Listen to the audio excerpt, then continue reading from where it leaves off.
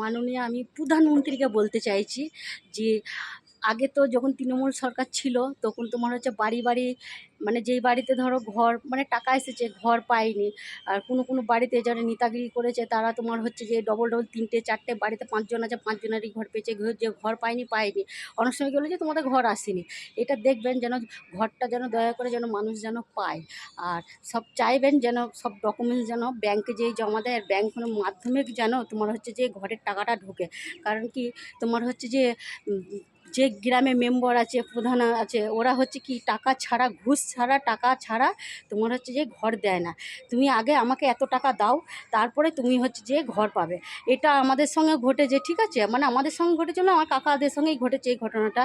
যে তোমার হচ্ছে যে টাকা এসেছে, অ্যাকাউন্টে টাকা ঢুকেছে, বলে না আগে প্রথমে 20,000 টাকা লাগবে। এসে কত পাবে নাকি তোমার হচ্ছে যে 70,000 পাবে। সেখান থেকে যদি 20,000 টাকা সেই মেম্বারকে দিয়ে দেবে, তাহলে তার লাভ কী? তার 50,000 টাকার মধ্যে তো ঘর হবে না। তা আপনারা একটু চেষ্টা করবেন যে যেন যেই মানুষটি ঘরটা পাবে সেই মানুষটি যেন পুরো প্রুফ নিয়ে তার অ্যাকাউন্টেই যেন টাকাটা আসে। আর এসে যেন সরকার বাড়িতে এসে যেন খোঁজ নেয়, ভালো করে ইনকোয়ারি করে দেখে যে সে ঘরটা আসলে করেছে কি করেনি আর কোন জায়গায় করছে। অনেক সময় এরকম আছে যে মানুষের অন্য বাড়ির ছবি তুলে পাঠিয়ে দিল, দেখিয়ে দিল, দেখানোর পর হ্যাঁ এটা আমার জায়গা, এখানে আমার ঘর হচ্ছে।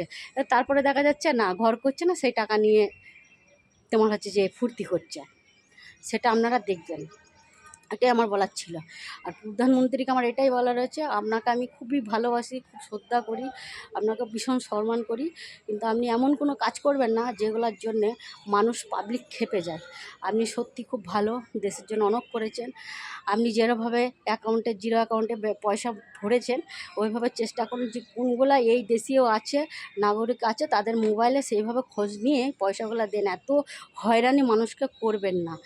আপনাকে দয়া করে বলছি, এরকম হয়রানি করবেন না। যত জনগণ আছে যারা গরিব তারাই মরছে, যারা বড়লোক তারা মরছে না, যারা মধ্যবিত্ত তারা মরছে না।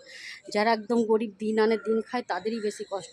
এই যে আপনি যখন 2017 সালে যখন নোটবন্দি করেছিলেন, তখন কিন্তু যারা কোটি কোটি টাকা যারা রোজগার করেছে, যারা কালো বাজারি, যারা কালো কিছু জিনিস তারা যে রেখেছে, সেইগুলো কিন্তু তাদের কোনো সমস্যা হয়নি। সমস্যা হয়েছে কাদের? যারা একদম গরিব দিন আনে দিন খায়, হয়তো ঘরে হয়তো 500,000 রেখেছে, তারাই যে আগে ব্যাংকে একদম লাইন দিয়ে পাগল হয়ে গেছে। কিন্তু আপনারা এটা চেষ্টা করে দেখবেন যে গরিব মানুষে এত কেন কষ্ট করবে। এই সরকার এসে এই নিয়ম বলছে, কালকে এই সরকার আসবে এসে বলে স্বাস্থ্যসাথী কার্ডের দরকার, কালকে ওই সরকার এসে বলবে এটা দরকার। হয়রানি করতে করতে তো মানুষ পাগল হয়ে গেছে।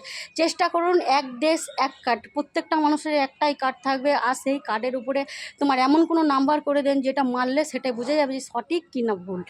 এমন কিছু করুন, এটাই আমি আপনাদের বলতে চাই। এটা যদি আমার ভালো লাগে, লাইক শেয়ার কমেন্ট সব কিছু করবেন, আমার কথাটা মনোযোগ দিয়ে শুনবেন।